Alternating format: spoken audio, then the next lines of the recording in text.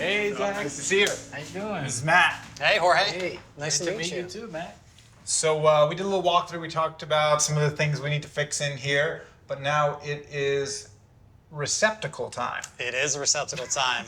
Do you have kids, Jorge? I do, 2 young kids. And when you first had your kids, did you go out and buy a gallon of those little plastic covers to stick in all the receptacles? We did, yeah. And my son took them right out. First thing. We got to the solution for that.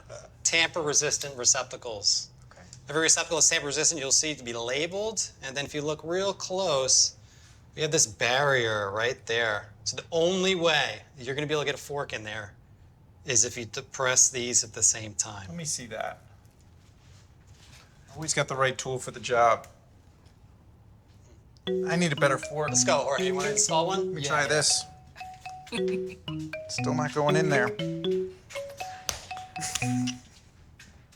First step we want to do, we have to turn this circuit off. It's labeled here, lighting and receptacles.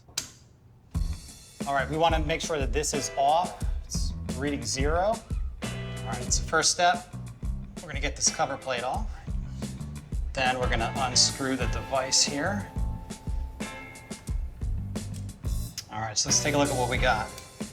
A hot conductor, just that red there, it's landed on the gold terminations. And then over here we have our neutral conductors, or the white ones. We don't have a ground. This is the spot for the ground. All right, so we're gonna take these off. You see how quickly that came out there? That was pretty loose. So what you can do to get these out is you can use a pair of diagonal cutters like this. What we'll do is we'll put a green ground screw in the back, right inside that threaded hole. I find the easiest way to do this is take your bare 14 gauge round wire, just kind of bend it, because that threaded hole's a little far back in the box, and you're gonna end up really fumbling around trying to get the screw threaded in there. So one end is gonna go to our receptacle, and then the other end is going to attach to these existing ground wires. So it's nice and tight. And what's the purpose of the wire now? It's going to keep the connection intact. Push it into the back of the box there. This wire in as well. Give us plenty of room. This front edge of the box can't be like a 1/4 inch from this finished material edge. So we're going to have to put this extension ring in there. Because this material is combustible, this is going to give everything here a better fire rating, and it's going to contain. This acts as a measuring gauge for how much we should strip. We don't want to strip too much, then we'll have exposed copper out of the back here, and we don't want to strip too little, or else we might not be able to make the connection. It doesn't have to be perfect, because we can always just give her a little haircut, just a little. All right, now we'll just open up these levers here.